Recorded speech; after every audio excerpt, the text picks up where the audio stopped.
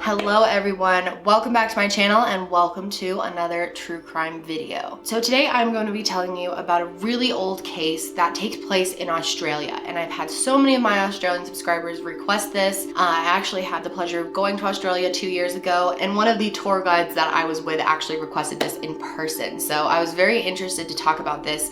It's been a really long time. I'm surprised I've waited this long, but this one is super weird and it's gonna leave you guys with a big old question mark. So this is Jim and Nancy, and they met and married in 1955. They had their first child in 1956 named Jane, a second named Arnna in 1958, and a third named Grant in 1961. They were a happy family living in southern Australia. On January 26 of 1966, the three kids were going to Glenorchy Beach. And Glenorchy Beach is a beach in the suburb city of Adelaide in the state of South Australia. It is known to be a popular tourist attraction, and the children were familiar with this area. And at this time, you know, it's Australia, it's the 60s. Many people are sending their children to the beach by themselves. It was just a different time. Kids walked around way more than they used to. I mean, even when I was a kid, it was different than it is even now. And this was not the first time that the kids had gone out on their own. In fact, they had literally done it the day before. And it was like hot as shit outside. I mean, remember, it's opposite seasons, so January is a very hot month for them. Between 8:45 and 10 a.m. that day, the children set out to the beach. Now, I'm not sure exactly what time because different sources report different things. It's an old case and, you know, things get messed up. Their mom gave them just enough money to get to the beach from the bus and to get some food. And the beach was only 2 miles from their house, so it'd only be like a 5-minute bus ride. Not a big deal at all. Jane, who was the oldest, was known for being very responsible, very trustworthy, and they just felt really comfortable with her looking after the other two. And she told them to catch the afternoon bus so that they were back by 2 at the latest. Their mom was planning to visit a friend while they were gone, and their dad was at work. So when 2 p.m. rolled around, the kids were still not back. Nancy got worried, but you know, she thought maybe they had missed the bus and they were just waiting for a later one. It's not like they had a cell phone, they could just text her or anything. So they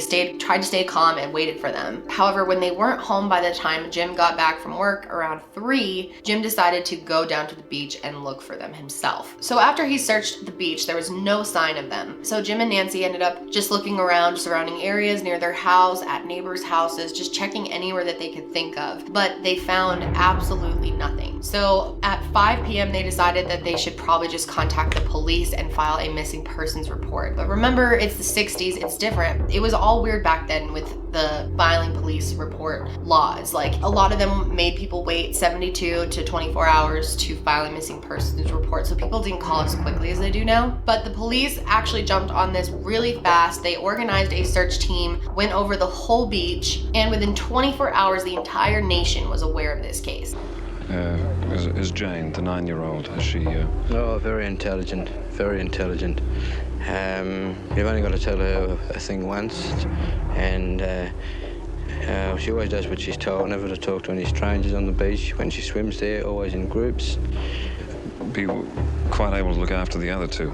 Oh, quite capable, quite capable. So the first thing, over here towards this ridge, right? You can break line now and come over. And it actually became the largest search in South Australian history. On the night that they went missing, a woman told police that she had seen the kids earlier that morning. She actually said that she had spoken with them near the Patawalanga boat haven. On January 29th, they decided to go ahead and drain the marina. They figured that the kids likely drown in the marina, so this would help them in the search. But when they were searching, they weren't able to find anything. And this is weird because the kids had a total of 17 items on them. Different things such as bags, towels, money, like things like that. So they thought it was kind of strange for them to drown because chances are one of the objects would at least show up like on the shore, somewhere near the beach, or come in from the water. And when they drained the marina, they did not find them. So at this point, they're starting to think abduction. Another witness, a woman, actually saw the kids around 11, or claims to have seen them around 11 playing near this like grassy area near the beach. They were apparently playing in the sprinklers and just having a good time, and she just noticed them. Now what's weird is she also said that she saw a man that looked to be in his 30s just creepily watching them. Then she said that eventually this man started interacting with the kids, and it wasn't long before they were all playing with him. Another witness said that they saw the man helping the kids put their shorts back on over their swimsuits. She also saw them waiting for him outside of the dressing room when he was getting changed. She said she didn't think anything of it and didn't call the police or anything because the kids seemed completely comfortable and having a good time, so she thought they knew him. Nancy and Jim thought this was really strange because their daughter Jane was actually really shy. They said that they would never think of her as being someone that would even talk to a stranger, let alone go somewhere with him willingly. So then around 12 p.m., another witness said that they saw the kids at a bakery and they were buying some pastries and a meat pie. And I'm sure a lot of you in America are like, what is a meat pie? It's actually this really popular food in Australia. I saw it everywhere. There's like chains. It's literally a pie filled with meat. So the baker that worked there said that he remembered the kids coming in and they ordered the meat pie, and he thought it was unusual because normally they never ordered one. And they said that the meat pie was actually for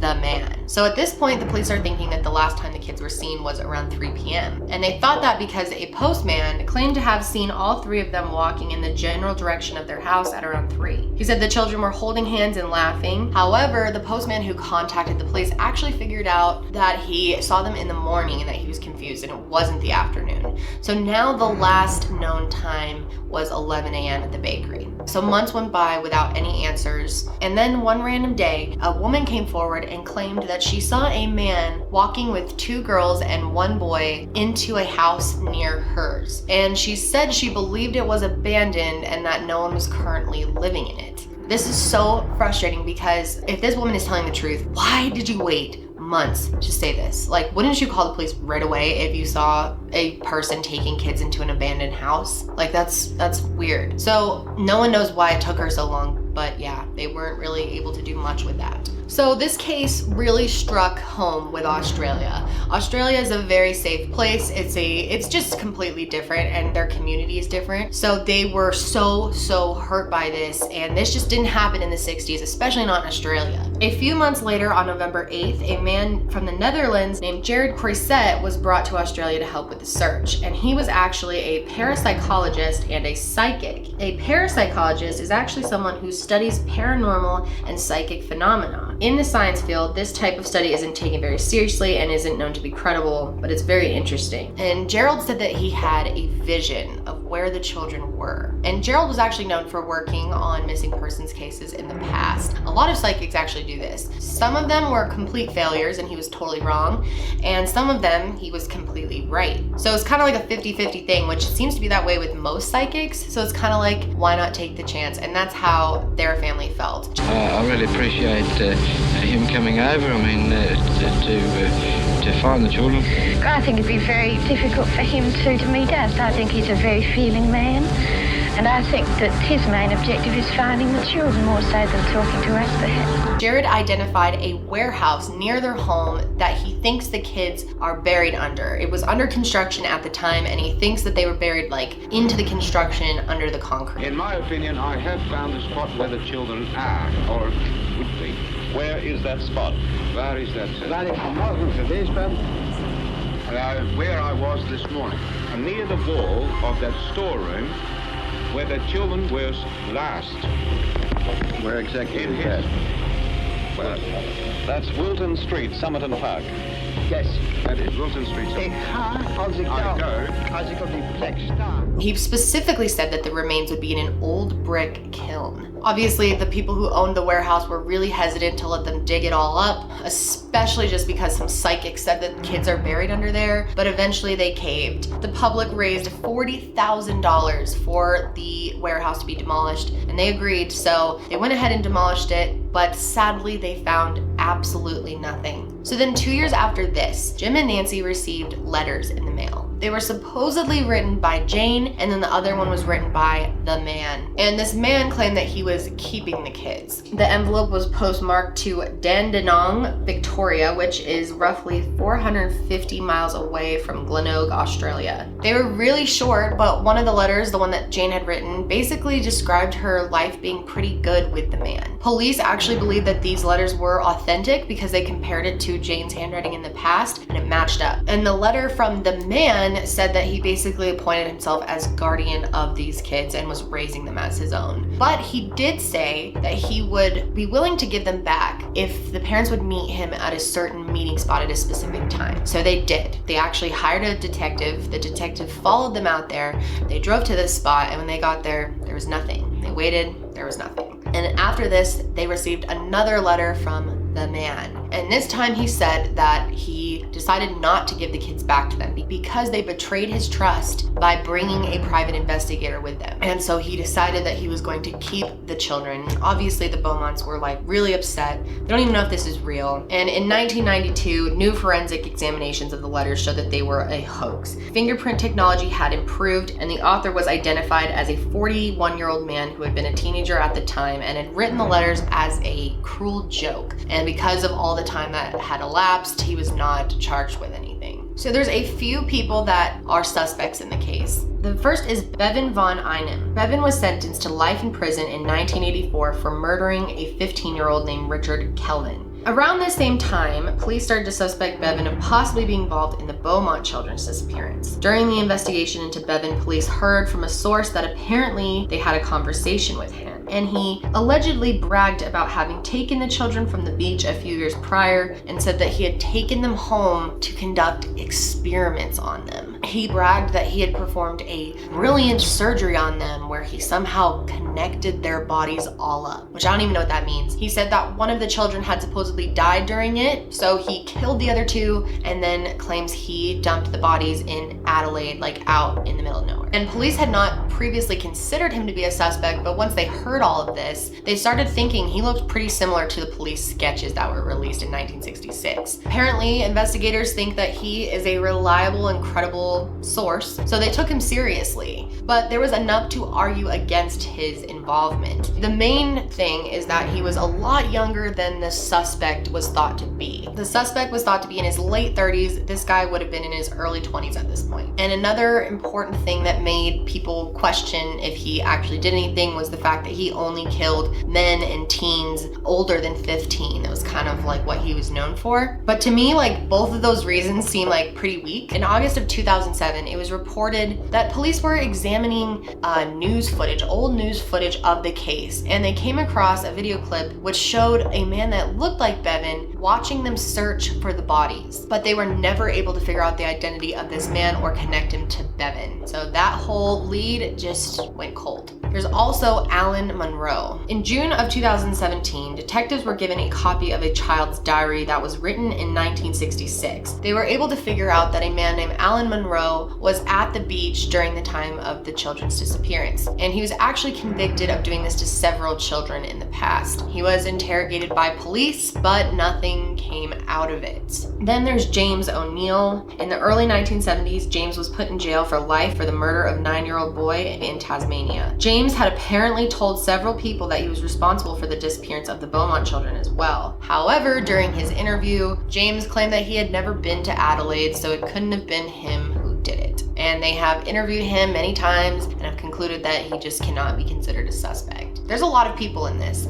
The next is Derek Percy. On April 22nd, 2007, a report in an Australian newspaper suggested that the Beaumont children may have been killed by a man named Derek Percy. Derek was in prison until his death in 2013 after being found not guilty by reason for insanity in the 1969 murder of Yvonne Toohey. They thought that maybe he could have been involved in the Beaumont children case as well, but after they did some more investigation on it, they determined that it just wasn't possible because he would have only been 17 years old at the time. Then there's Harry Phipps. Harry was a businessman who had 2 kids of his own and lived close to the beach and the bakery that the Beaumont children were at. One of Harry's sons, Hayden, was 15 when the kids disappeared, and his father was in his 40s. Hayden agreed to do a full interview about his father, but the contents of that interview have never been released. But Hayden did say in the interview that he remembered his dad talking to 3 kids. He said that he actually saw his dad bring 3 kids in their house, and as he was getting closer to his house, because he was like walking up, he heard gunshots, but he didn't think anything of it because apparently this was normal in his house. house. Hayden talked about how his father was very violent and scary. He said that he carried a gun with him wherever he went, and he also remembers his dad loading what looked to be surfboard covers into the bed of his truck and then driving off. He had assumed that the 3 kids had just left on their own and thought his dad was actually carrying surfboard covers in the back of his car. Another thing that made Harry look really guilty is that a man named David came forward and told authorities that a man that looked like Harry had asked him and paid him to dig a big hole. He and his friend often did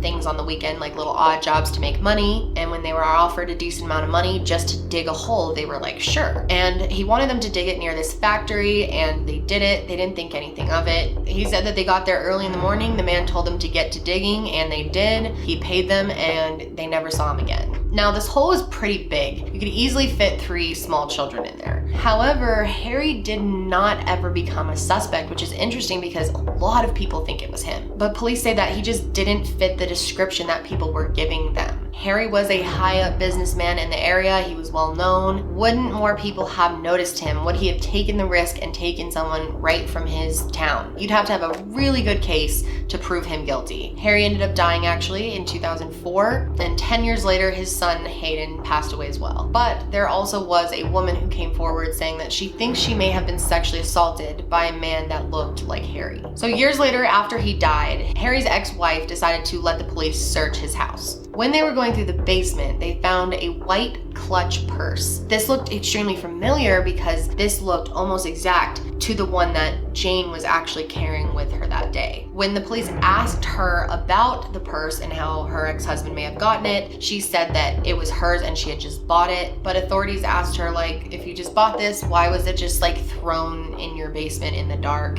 And that's when she got angry and told the police to leave. So in 2013, the authorities decided that they would go ahead and dig a hole in the area that the boys said that they had dug a hole for some man. In the hole, they found absolutely nothing.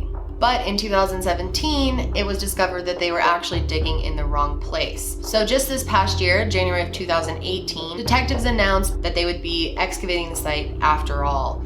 All right, the purpose of this press conference is to update you all in respect to some recent developments in relation to the disappearance of Jane, Arnna and Grant Beaumont in 1966.